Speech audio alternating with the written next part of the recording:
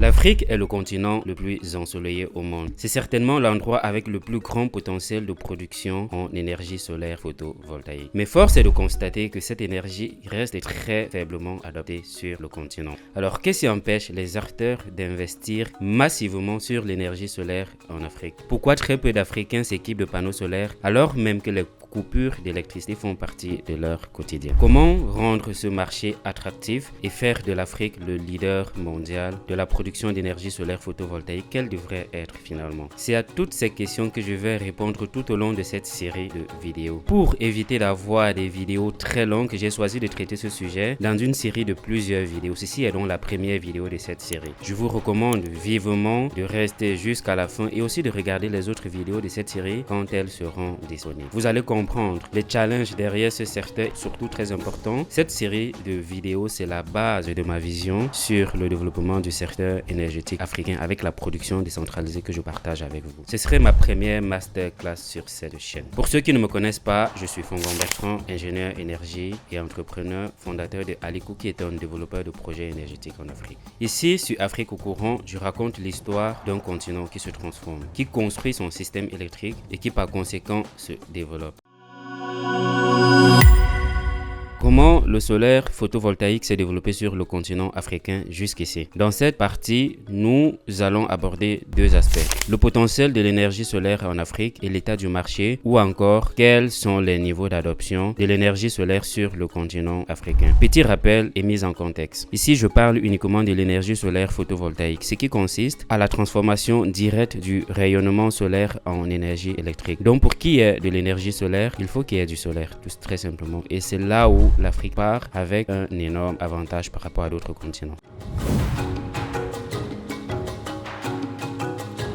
L'Afrique jouit d'une position géographique privilégiée pour la production d'énergie solaire, avec des moyennes d'irradiation ou d'ensoleillement les plus élevés au monde. L'irradiation, c'est la quantité d'énergie solaire en kilowattheure reçue par mètre carré à un endroit de la Terre. Un panneau solaire installé à cet endroit doit pouvoir convertir cette énergie en une certaine quantité d'énergie électrique, dépendant de son rendement et de sa surface. Je pense que les plus électriciens d'entre vous m'ont déjà compris. Petit exemple pour convertir l'irradiation solaire en énergie électrique. La formule, je vous l'en mets, et supposons que vous ayez une centrale solaire de 10 mètres carrés avec une efficacité de 22% dans une région recevant en moyenne 5 kWh par mètre carré par jour d'irradiation solaire et 6 heures d'ensoleillement direct par jour. La quantité d'énergie électrique produite par jour serait de 66 kWh par jour. Dans une autre région recevant une irradiation de 2,5 kWh par mètre carré par jour, la même centrale solaire va produire seulement 33 kWh. On voit bien qu'en fonction des endroits, le rendement des centrales solaires va simplement doubler ou même tripler. Et c'est le plus gros avantage de l'Afrique si on la compare par exemple à l'Europe qui reçoit 3 fois moins de soleil avec des fortes variabilités liées aux saisons. En hiver, les productions vont fortement baisser. L'Afrique à lui seul dispose de plus de 40% du potentiel PV mondial, soit 7900 gigawatts de puissance disponible. Je ne sais pas si vous vous rendez compte, c'est vraiment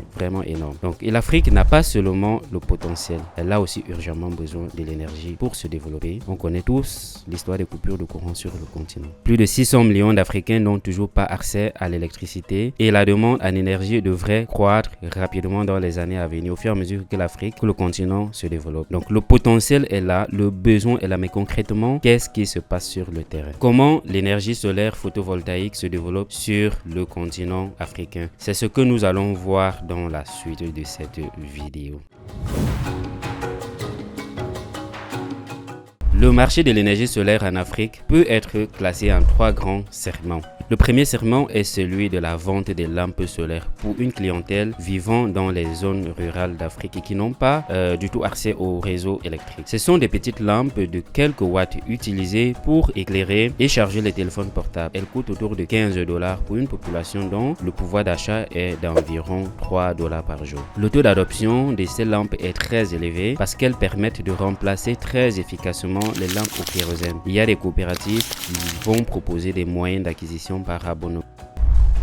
Ces produits sont vendus localement par des entreprises à impact social, c'est-à-dire des entreprises pour lesquelles la rentabilité financière n'est pas un critère de succès primordial. Ça va être souvent des fondations ou des ONG. De mon point de vue, qu'est-ce que j'en pense? Ce modèle, sans être forcément rentable, résout un problème urgent, celui d'abandonner l'utilisation de la lampe au kérosène avec toutes les conséquences sur la santé que nous connaissons. Et pourquoi je pense que ce modèle n'est pas durable? Simplement, tout modèle d'affaires mature qui n'est pas capable de s'autofinancer n'en est pas un en réalité. C'est la première raison pour moi. Et la deuxième raison est liée à ma théorie sur le développement de l'Afrique qui stipule que le développement du système énergétique africain doit être complètement intégré au modèle de développement de l'Afrique pour être durable, rentable et réplicable. Le deuxième segment est celui de la vente des kits solaires avec batterie de stockage de quelques centaines de watts. Ces kits sont utilisés dans des centres urbains afin de pallier aux récurrents problèmes de délestage. Les prix vont varier autour de $200, voire jusqu'à $500 selon le besoin en puissance. Ces produits sont vendus par des petites entreprises locales qui s'approvisionnent principalement en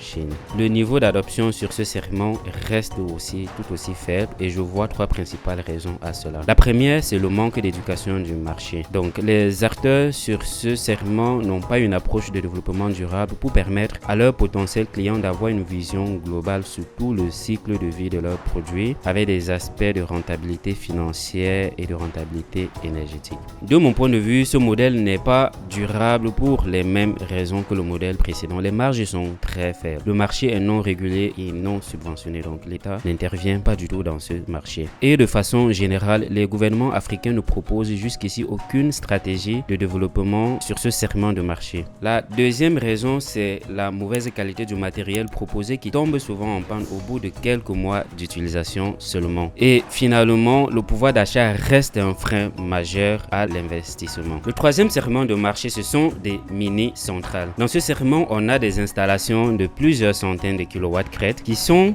installées soit en périphérique de zones urbaines ou en milieu rural, mais en général pas très loin du réseau électrique national, permettant ainsi de renforcer dans une localité donnée la qualité du service énergétique par de l'injection locale. Plusieurs projets de ce type se développent en Afrique grâce au modèle de partenariat public-privé. Les investissements initiaux se chiffrent à plusieurs milliers de dollars. Ce modèle me semble déjà beaucoup plus pérenne et durable, même s'il reste difficilement rentable.